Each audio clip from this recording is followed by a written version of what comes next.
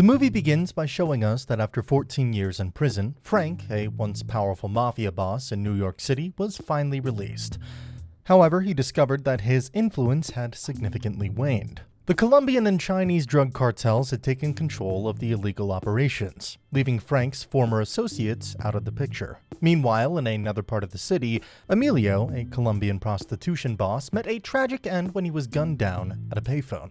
The assailants made sure to display Emilio's lifeless body alongside a newspaper article announcing Frank's release. Simultaneously, inside a hotel room, a man named Jimmy was organizing a drug transaction with King Tito, one of the prominent Colombian drug kingpins. Jimmy's incessant talking was getting on King Tito's nerves, causing him to suddenly raise the price by 10%. Catching Jimmy off guard. With no other options available, Jimmy reluctantly handed over a suitcase as payment for the drugs. However, when the suitcase was opened, it contained nothing but tampons. In a fraction of a second, Jimmy ruthlessly shot and killed King Tito and his crew, catching them by surprise. After eliminating the Colombians, Jimmy and his gang swiftly fled while disassociating themselves from Frank, who was staying in a separate hotel room. It became evident that Jimmy's crew was responsible for assassinating Emilio, and it was revealed that Frank was their leader. Upon Frank's return, Jimmy informed him that Emilio and King Tito had been successfully eliminated as instructed. Additionally, they had seized their assets and money. Jimmy also relayed information about an upcoming meeting with a middleman named Delicio. Curious to gather more information, Frank made preparations to depart for an elegant venue, where a significant gathering awaited him. Upon arrival, Frank was warmly welcomed by his lawyers, several politicians, and a district judge, indicating the influential nature of the event. At this gathering, Frank directly confronted Delicio, seeking his assistance in arranging a meeting with Clay, a notorious drug cartel boss. Under the guise of wanting to revive his business ventures, Frank engaged in a conversation with Delicio. Meanwhile, Delicio proceeded to a gambling establishment to meet Clay, who was engrossed in the company of his friends, enjoying their time together. Delicio relayed Frank's message to Clay, conveying his request for a meeting. However, Clay outright rejected the idea, refusing to entertain the thought of such a meeting. He even ridiculed Frank for associating with drug lords from rival gangs, expressing a clear preference for conducting business exclusively with Colombian counterparts. Without hesitating, Clay promptly dismissed Delicio and instructed him to deliver the message of rejection back to Frank. Somewhere in the city, in a parked subway car where Frank and Jennifer were enjoying themselves, suddenly three thugs approached them, attempting to taunt Frank. As soon as they caught sight of the concealed gun tucked under Frank's jacket, fear gripped them. Rather than causing harm to the thugs, Frank displayed compassion by offering them a wad of cash and extending an invitation to meet him in a hotel room. With the earlier encounter resolved, Frank and his associates, who were informed by Delicio, swiftly made their way to meet Clay. Frank emphasized that from this point forward, all their business operations must involve him once again. Nevertheless, Clay adamantly refused to cooperate, leading Frank to ruthlessly shoot him, bringing about his demise. After eliminating Clay, Frank gathered his former accomplices to join forces with him. Subsequently, Frank paid a visit to the mayor, inquiring about the delayed release of funds for a hospital in the Bronx. However, the mayor put forth an argument, stating that the budget did not include any allocation for the hospital, challenging Frank to single-handedly raise $16 million. Surprisingly, Frank decided to accept the challenge, despite receiving advice from his lawyer to let go of the matter. While Frank was enjoying a drink, he was suddenly approached by three detectives, named Tommy, Roy, and Dennis, who swiftly escorted him away. Despite the lawyer's attempts to intervene, the detectives disregarded his pleas and proceeded to transport Frank against the flow of traffic, ensuring they left no trace behind. Eventually, they arrived at a secluded and deserted alley, where they presented Frank with an injured and unconscious man named Enrico. Regrettably, Frank claimed to have no knowledge or involvement in the situation. This response infuriated the detectives, but lacking concrete evidence, they were unable to arrest Frank. It was revealed that Enrico was a boss associated with the Colombian drug cartel, leading the detectives to suspect Frank's involvement in the deaths of the three previous drug kingpins. These incidents had occurred subsequent to Frank's release from prison.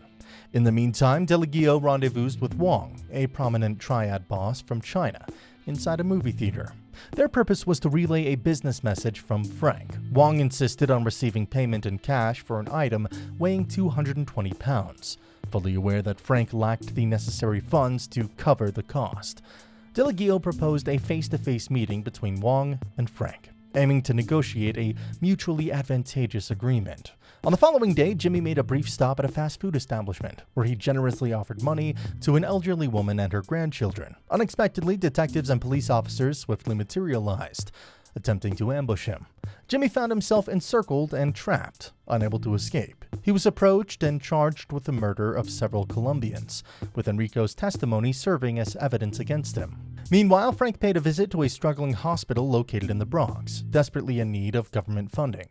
He reiterated his proposal to Wong, but they failed to reach an agreement on the price of Wong's possessions. In response, Frank suggested a partnership, wherein they would collaborate to sell items together and share the resulting profits, with the ultimate goal of benefiting the hospital. Nevertheless, Wong remained adamant about receiving payment exclusively in cash.